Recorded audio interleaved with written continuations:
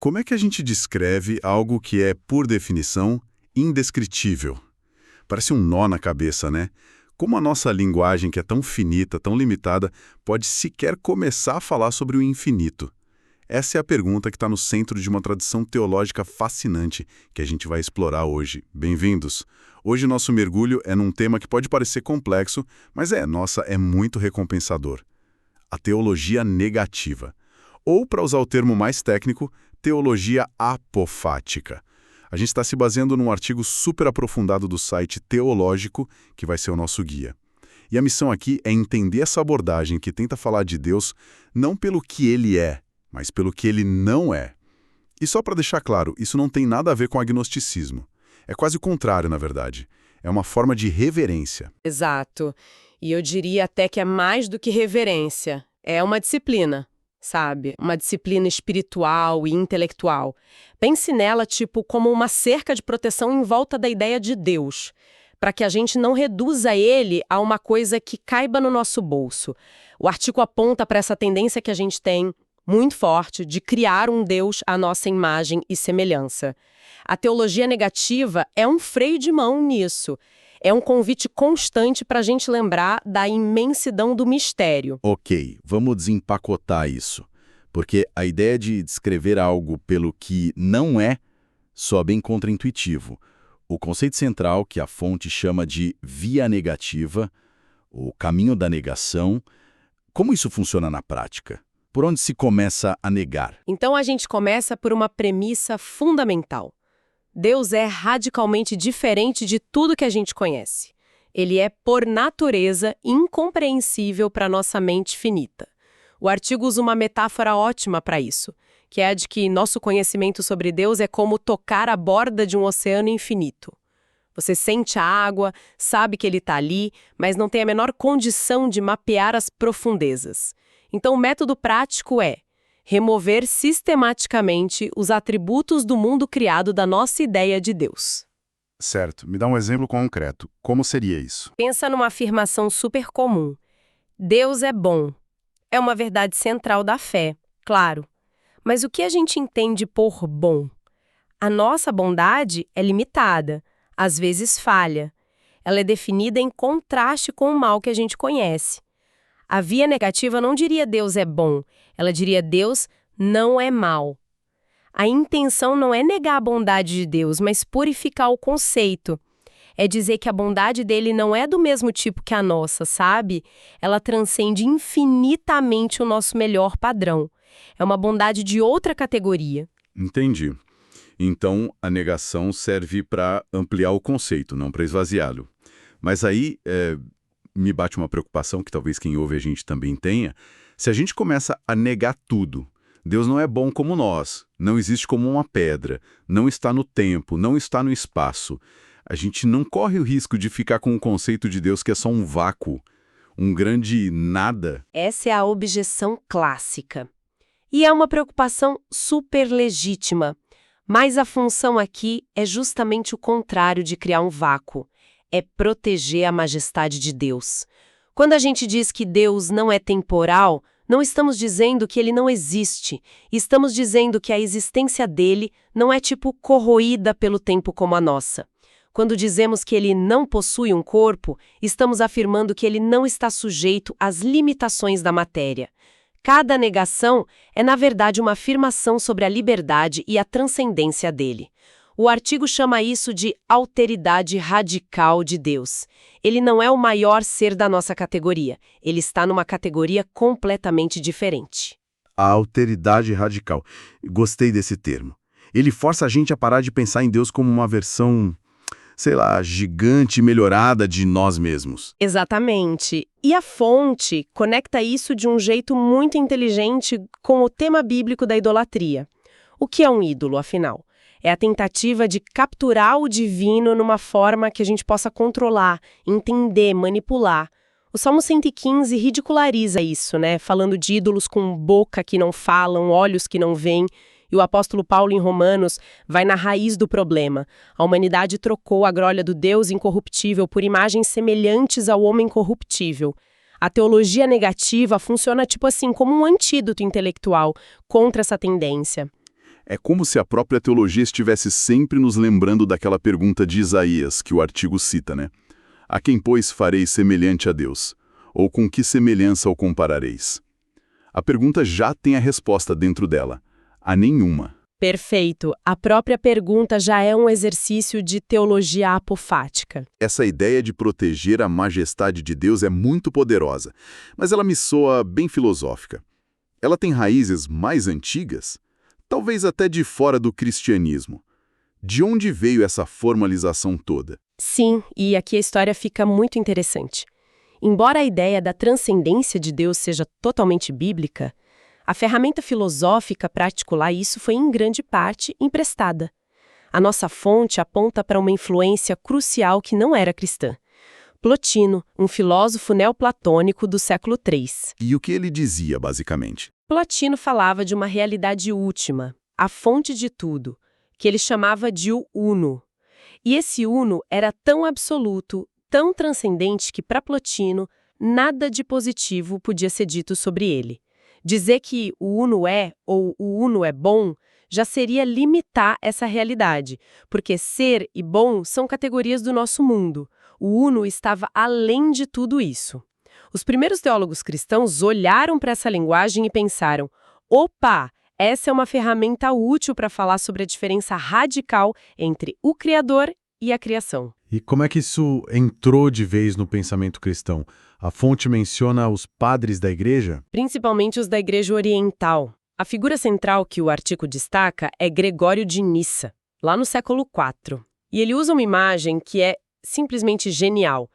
Ele descreve a jornada espiritual usando a história de Moisés subindo o Monte Sinai. No começo, Moisés vê a sarça ardente, ouve a voz, tem sinais claros. Mas conforme ele sobe o monte para encontrar Deus mais de perto, ele entra numa nuvem escura. Gregório chama isso de escuridão luminosa. Uau! Escuridão luminosa. É uma contradição em si, o que captura a ideia perfeitamente. Quer dizer que, para ele, chegar mais perto de Deus é ficar mais confuso, em certo sentido? Exatamente. É um tipo de confusão sagrada. É o ponto onde a mente e os sentidos falham, onde a linguagem se esgota. Você para de ver e começa a sentir a presença. Para o Gregório, o verdadeiro progresso espiritual não é acumular mais definições sobre Deus, mas sim mergulhar cada vez mais fundo nesse abismo, do incompreensível. É um progresso na ignorância, por assim dizer. Isso é muito forte. E depois dele, quem deu o próximo passo? O artigo menciona uma figura meio anônima, um tal de Pseudo-Dionísio. O Dionísio é o grande sistematizador do método. Ele escreveu por volta do século V ou VI e foi imensamente influente na Idade Média. Ele descreveu um caminho de 3 etapas. Primeiro, a alma faz afirmações sobre Deus baseadas na revelação. Isso ele chama de teologia catafática, que vem do grego katáfasis, afirmação. Então você diz: Deus é amor, Deus é sabedoria, Deus é poder. O caminho positivo, que é o mais familiar para a maioria das pessoas. Isso. Mas aí vem o segundo passo, que ele chama de teologia apofática, de apófasis, negação. A alma começa a negar cada um desses atributos. Não porque sejam falsos, mas porque são inadequados. Deus não é amor como eu entendo o amor. Deus não é sábio como eu entendo a sabedoria. E o objetivo desse esvaziamento todo é chegar ao terceiro passo, a união mística. Um silêncio onde, livre de todos os conceitos, a alma pode experimentar a presença divina diretamente. Essa abordagem mais mística parece ter tido um auge. Como ela sobreviveu na escolástica, com alguém tão sistemático, tão lógico como Tomás de Aquino? É uma ótima pergunta, porque ele é conhecido justamente pelas afirmações, né? A Suma Teológica é um monumento da teologia catafática. Mas até mesmo Aquino, no auge do sistema dele, reconheceu os limites. A fonte nos lembra de uma citação famosa dele, que é: nesta vida não podemos saber o que Deus é, mas apenas o que ele não é. Ou seja, ele integrou a via negativa como um corretivo necessário à sua própria teologia afirmativa. Mas houve quem levasse isso a conclusões bem mais extremas, certo? O artigo fala de Mestre Eckhart. Sim, Eckhart foi muito mais radical. Ele fazia uma distinção que, para a época, era chocante. Ele diferenciava Deus, a pessoa divina com quem a gente ora e se relaciona, da deidade, Gottheit. A deidade seria a essência divina pura, impessoal, silenciosa, que está além até mesmo do Deus da religião. Para Eckhart, a jornada espiritual final era se esvaziar de todas as imagens, inclusive da imagem de Deus, para se unir a essa deidade abissal. É uma ideia vertiginosa. Totalmente. Mas isso me faz pensar. Essa abordagem parece muito ligada à mística medieval e oriental. Onde isso se encaixa na tradição protestante, que é tão focada na clareza da palavra, na revelação? Parece contracorrente, não? Aparentemente sim, mas se a gente olha mais de perto, os princípios ainda estão lá, só que com outra roupagem. O artigo menciona João Calvino. Ele jamais usaria a linguagem do mestre Eckhart, mas fazia uma distinção fundamental entre o Deus absconditus, o Deus oculto em sua majestade, em sua essência inacessível, e o Deus revelatus, o Deus que se revela em Cristo e nas Escrituras. Calvino advertia com muita força contra qualquer tentativa de especular sobre a natureza secreta de Deus. Ele dizia que nossa mente deve se conter dentro dos limites do que foi revelado. Isso, na prática, funciona como uma barreira apofática. É um pare, um não ultrapasse, que reconhece que a essência divina continua sendo um mistério. E trazendo para tempos mais modernos, o artigo também conecta isso a um teólogo do século XX, Karl Barth. Sim, e a conexão é muito boa. A famosa ênfase de Barth em Deus como o totalmente outro, ganz andere, tem um eco apofático muito forte. Ele insistia na distinção qualitativa infinita entre o Criador e a criatura. Para Barth, essa distância é intransponível do nosso lado, só pode ser cruzada pela iniciativa de Deus em se revelar em Jesus. O objetivo é o mesmo dos antigos: impedir que a gente confunda Deus com nossas próprias ideias, projetos ou sentimentos. É uma salvaguarda contra a domesticação de Deus. Ok, nós já passamos por filósofos gregos, místicos medievais, reformadores. Mas para quem está nos ouvindo hoje, qual a relevância prática disso tudo?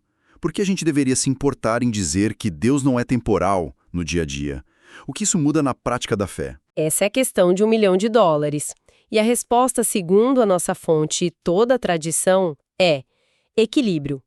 A via negativa sozinha é perigosa, praticá-la isoladamente leva àquele vácuo que você falou, ela precisa desesperadamente da sua parceira teologia catafática, a afirmativa. A Bíblia nos dá afirmações positivas, sólidas e verdadeiras. Deus é amor, Deus é luz, Deus é nosso Pai. Essas são as âncoras do nosso relacionamento com Ele. Então, como as duas trabalham juntas? Pense nelas como parceiras de dança. A afirmação dá o passo à frente e a negação dá o passo para trás, e juntas elas criam um movimento completo. Quando a Bíblia diz Deus é amor, a afirmação, a teologia negativa chega e sussurra no nosso ouvido. Lembre-se, o amor dele não é idêntico ao amor humano, que é frágil, às vezes egoísta. É um amor de uma qualidade infinitamente superior. A negação não anula a afirmação.